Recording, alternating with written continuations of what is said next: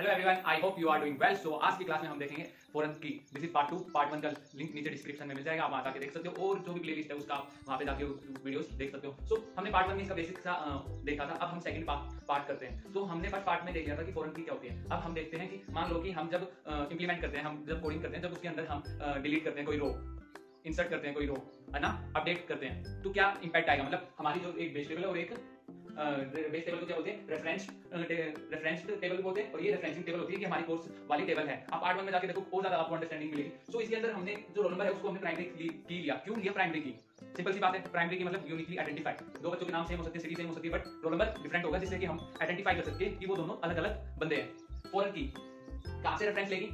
Base table की primary की से लेगी। तो यहाँ पे भी रोल नंबर है, यहाँ पे भी रोल नंबर है। इसके अंदर जो पहला रोल नंबर है रोहित, जो पुणे सिटी से है, वो क्या पढ़ रहा है, कोर्स आईडी क्या है C1 और कोर्स नेम क्या है X, जो पढ़ रहा है। सो हम यहाँ पे देखेंगे। उससे पहले हम देख लेते हैं referential integrity. What does mean referential integrity? बताओ।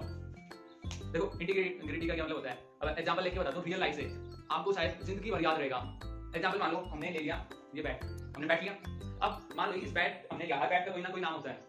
कश्मीर विलो, इंग्लिश विलो अलग बात है, वो कौन सी वुड का है, बट हमने मान लो कश्मीर विलो का कोई बैट लिया। तो कश्मीर विलो का हमने मान लो बैट ले रहे हैं, बैट लिया, उसका नाम है, नेम क्या है उस बैट का, मान लेते हैं कुछ भी मान लो, एच मान लो। उस बैट का नेम क्या है, एच है। हमने रैंडमली ऐसे मतलब कोई भी ले लिया, सपोज कर लिया एच है उस बैट का नाम। तो हमने क्या करा, उसको ऑनलाइन जाके चेक करा। तो वहां पे जो एमआरपी है उस बैट की एमआरपी मान लो कुछ भी एक्स मान लो, एमआरपी एमआरपी, उस बैट की एमआरपी क्या एक्स है और नेम एक्स है। हमने जाके ऑनलाइन चेक करा, तो क्या हुआ, उसके ऊपर 25% डिस्काउंट मिला। हम मार्केट में गए, हम मान लो मुंबई में किसी शोरूम पे गए, उस बैट के ऊपर वो कह रहा है कि 15% का डिस्काउंट देगा एमआरपी पे, और हम पुणे में गए, वो कहता है 20 का देगा डिस्काउंट एमआरपी पे। सो क्या हुआ, यहाँ पे इंटीग्रिटी नहीं है ना उस बैट के अंदर। कोई कह रहा है कि मैं इतना डिस्काउंट दूंगा, कोई कह रहा है इतना डिस्काउंट दूंगा। तो उस बैट की सारी जगह इंटीग्रिटी नहीं है, हर बंदे का अपना डाटाबेस है। बट मान लो आप स्कूल में हो, मेरे स्कूल में सारे जानते भाई, अधिराज भाई टॉप का बंदा। सो अब अपने न्यूज़ पे वापस आते हैं। सो मान लो आप स्कूल में गए, वहां पे आपने बोला रोल नंबर कोई भी मान लो, आपने नेम लिया स्कूल में जाके रोहित। रोल नंबर क्या बताया आपने? रोल नंबर आपने बता दिया 5। रोल नंबर 5 है, रोहित बंदे का नाम है, और क्लास मान लो उसकी कौन सी है, 7। ठीक है, हमने ये दे दिया। तो पूरे स्कूल में एक ही बंदा होगा रोहित, हमने एक वो दे दिया।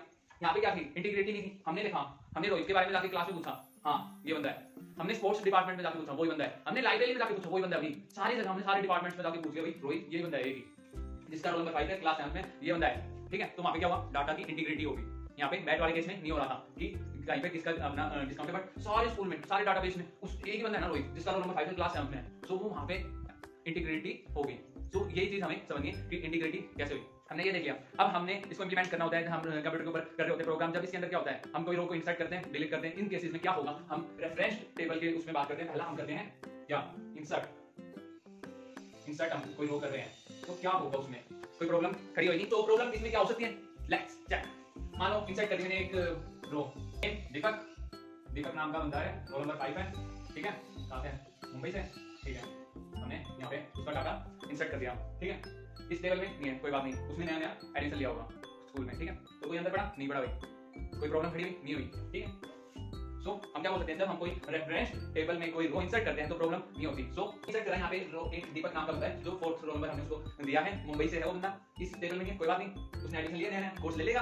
ठीक है, सो यहाँ पे हम देखें डाटा की इंटीग्रिटी मेंटेन है। सो कोई वॉयलेशन हुई, कोई प्रॉब्लम क्रिएट नहीं हुई। सो हम क्या लेते हैं, नो वॉयलेशन। ठीक है, कोई वॉयलेशन नहीं हुई, ये चेक करना है। सेकंड कर देते हैं हम delete. Let's talk about delete. मान लो हमने कोई रो डिलीट कर दी, कर देते हैं। यहाँ से हमने मान लो थर्ड जो ये रो है, इसको हमने डिलीट कर दिया। इसको रोल नंबर 3 मोहित पनवेल से जो उसको उसकी रो को हमने डिलीट कर दिया, वो चला गया भाई, क्या स्कूल छोड़ के स्कूल चेंज कर गया। तो क्या होगा, यहाँ पे देखो रोल यहाँ से हमने डिलीट कर दी, हटा दिया यहाँ से। अब यहाँ पे देखेंगे कोर्स वाली वही टेबल बता रही है कि वो बंदा कोर्स आईडी उसकी C3 और वो कोर्स पढ़ रहा है जेड, बट ये वाली टेबल क्या बता रही है, वो तो चला गया, स्कूल ही चेंज कर लिया। सो अब क्या करेंगे, तो यहाँ पे इंटीग्रिटी मेंटेन नहीं है, डाटा की इंटीग्रिटी मेंटेन ही नहीं है, तो अब क्या करेंगे, तो क्या प्रॉब्लम खड़ी कर सकता है, इंटीग्रिटी नहीं है, तो क्या होगा, may cause violence, may cause violence. ठीक है, समझ आ रही है बात है। सो अब हम क्या करेंगे, इसको कर दिया भाई काम खड़ा बड़ा टेढ़ा। सो हमारे पास भी सॉल्यूशन है। सो हम क्या करेंगे, पहला सॉल्यूशन क्या करेंगे बताओ, पढ़ा है। हम क्या करेंगे, ऑन डिलीट कास्टेड कर देंगे। क्या होता है मतलब, ऑन डिलीट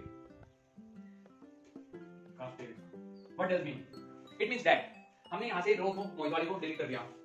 ठीक है, सो यहां से भी ऑटोमेटिक डिलीट हो जाएगी। ठीक है, सो डाटा इंटीग्रिटी नहीं रहेगी। हमने मोहित वाली रो को यहां से कहा, यहां से भी उसका डाटा अपने आप डिलीट हो जाएगा। और कोई भी सॉल्यूशन हो सकता है भाई, हो सकता है on delete no action, what does mean on delete no action, क्या मतलब हो गया भाई इसका, क्या कहना चाहिए लाइन, हमने डिलीट करा, एक्शन ही नहीं हुआ, हमने मोहित वाली रो को हटाया, डिलीट नहीं हुई, बाय डिफॉल्ट ही होता है वैसे, वो क्या कहेगा पहले इस कोर्स वाली में से हटा दिया उसका डाटा, फिर इस वाली में से हटा दो, ठीक है, हो ये बात। सो अब हम तीसरा केस लेते हैं, अपडेट कर रहे हैं, तब क्या होगा, हमने रेफरेंस टेबल में अपडेट कर दिया, कोई भी हमने अपडेट कर रहे हैं कि मान लो ये मोहित बंदा है, इसका हमने रोल नंबर चेंज कर दिया, अपडेट कर दिया, इसका 3 से हटा दिया हमने कर दिया इसका रोल नंबर 6, हमने रोल नंबर 6 कर दिया, मोहित का तो कन्वेंस है, तो यहाँ पे क्या दिखाएगा, ये 3 में क्या हो गया, दोबारा कर दी भाई इसने, तो वॉयलेंस बहुत करता है बंदा, क्या करें। सो यहाँ पे इसने क्या करा, इंटीग्रिटी तोड़ दी, नहीं हुआ, यहाँ पे रोल नंबर 6 है, यहाँ पे तो 3 दिखा रहा है, यहाँ पे तो रोल नंबर 6 है नहीं, तो क्या हुआ, वही चीज करती है यहाँ पे, तो हम क्या करेंगे, मेक कॉज वॉयलेंस, तो अब क्या हो सकता है, ये केस मैंने on delete cascade, on delete no action, समझ आ रहा है।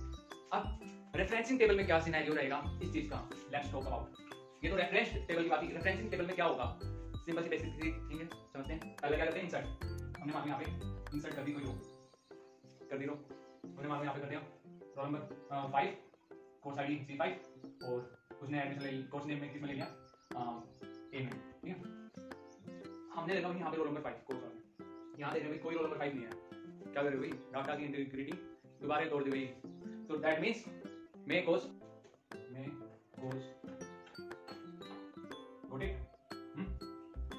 थर्ड सेकंड पॉइंट, डिलीट, मान हमने यहाँ से कोई डिलीट कर दी रो, हमने यहाँ से डिलीट कर दी कोई रो, ठीक है, मान लो ये रोल नंबर 3 डिलीट कर दिया हमने, रोल नंबर 3 जिसकी कोर्स आईडी C3 और कोर्स नेम क्या है जेड, हमने डिलीट कर दिया, हटा दिया यहाँ से, हटा दो रोल नंबर 3, ओके बाय, आपने कोर्स पढ़ लिया, बहुत अच्छा, डिलीट कर दी रो, रोल नंबर 3 ने पढ़ लिया, यहाँ से सिंपल है, सो हमने यहाँ से डिलीट कर दिया भाई रोल नंबर 3 जो इसकी कोर्स आईडी C3 थी और कोर्स का नेम ये था, हमने डिलीट कर दिया सिंपली, कोई अंतर पड़ेगा नहीं, उसने वो कोर्स पढ़ लिया, ठीक है, बेस टेबल में कोई अंतर नहीं पड़ेगा, so may not cause any problem, violence may not cause, third point, third क्या करेंगे, अपडेट, अब क्या होगा भाई, अपडेट कर देते हैं, अब दोबारा याद करो नंबर 3 को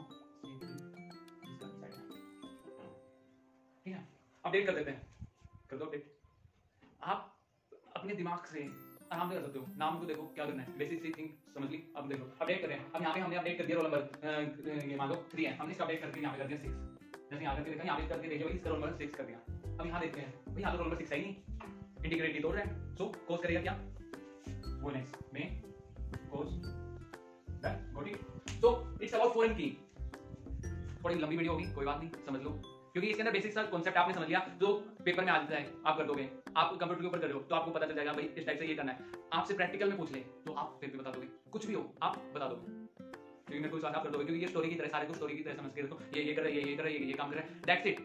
अब एक बात बताओ, आपके परिवार में बहुत सारे जने हैं, आप क्या करते हो, आपको पता होता है ये भाई इस एज का बंदा है, ये काम कर रहा है और किस टाइप से वो कर रहा है इतने सालों से, पता होता है बेसिक सी थिंग। वैसे ही हमने ये देख लिया प्राइमरी की क्या करी, कैंडिडेट की क्या करी है, फॉरेन की क्या करी है, इंट्रोडक्शन देख लिया, डीबीएमएस कैसे काम करते हैं, क्या उसके बेसिक है, हमने डीबीएमएस वर्सेस फाइल सिस्टम देख लिया, स्कीमा देख लिया, 3 लेयर आर्किटेक्चर देख लिया, हमने इंडिपेंडेंट वाला देख लिया, हमने क्या देख लिया, ईआर मॉडल्स देख लेंगे हम। सो ये बिल्कुल एक फ्लो चार्ट की तरह है, आप इसको माइंड में स्टोरी की तरह आप टेलिंग करोगे, जैसे 3 घंटे की मूवी होती है तो वैसे ही आपको एक मूवी की तरह इसको समझना है और आपको लिख के आना, आपको लाइफ टाइम याद रहेगा। सो पढ़ाई करते रहें, all the very best, keep smiling, relax mood से पढ़ाई करते रहें, all the very best, keep smiling.